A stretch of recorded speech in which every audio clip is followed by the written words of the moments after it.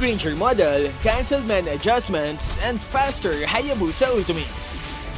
Hey guys, what's up? Today let's check out the latest update on Advanced Server. First on our list is the new model for Granger's Revamp. Yep, it's here guys. Compared to his old version, I think I like this one. His new look is sleek with more detail on his case and that gun. Now let's check inside the game. Check this out, his ultimate now has a cool crosshair effect. Look, he even has two walking animations. This one is his normal mode, and this one is when he's carrying his guitar case. It activates when you walk after using his ultimate. Moving on, we have announcement on the removal of mana for physical heroes. They are cancelling most of the removals and will only adjust specific heroes. They will remove mana for the following physical heroes in each role. For assassins, it's Natalia. Arlott for fighters. Grak is for tank. And Marksman is Claude. These 4 heroes will have their mana removed. Meanwhile, support and mages are not included in the adjustments. This also means Lancelot will have his mana back. I think this is the right approach. Slowly remove the mana in each patch so that it doesn't make a big impact to many players using those physical heroes. Next on the update is the new hero Suyou with his new animation. His voice is also here. The Immortal One chose me to vanquish the shadows that plague this world.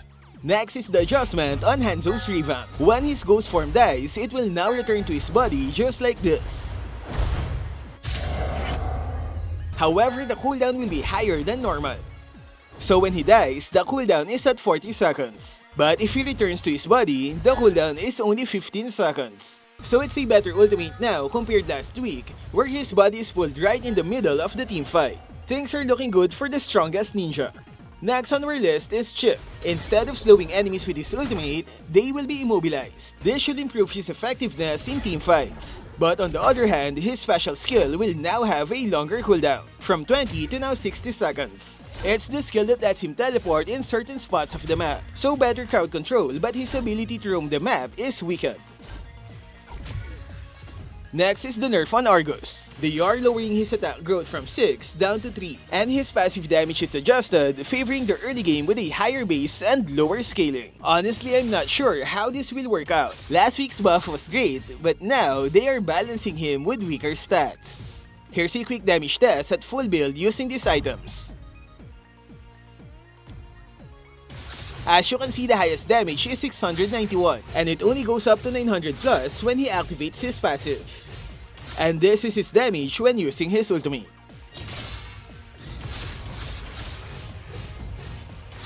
I guess we'll just have to see how it pans out on official server.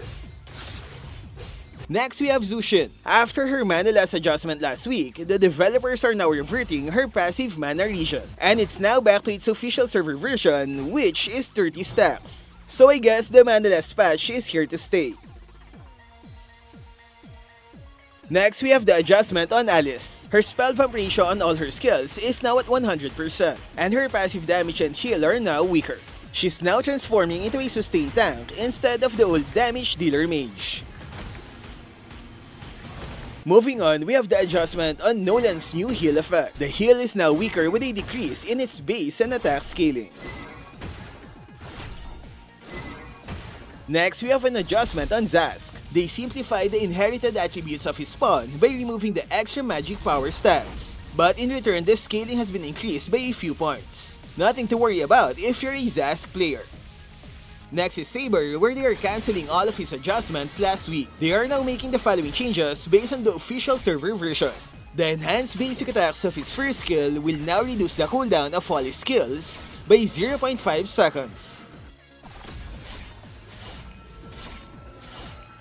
Meanwhile, the second skill cooldown is shortened by 1 second. And lastly, his ultimate gets an additional 11 to 9 seconds of cooldown at different levels. Based on the developers, the goal is to reduce Saber's strength as a roamer and at the same time increase his jungling speed.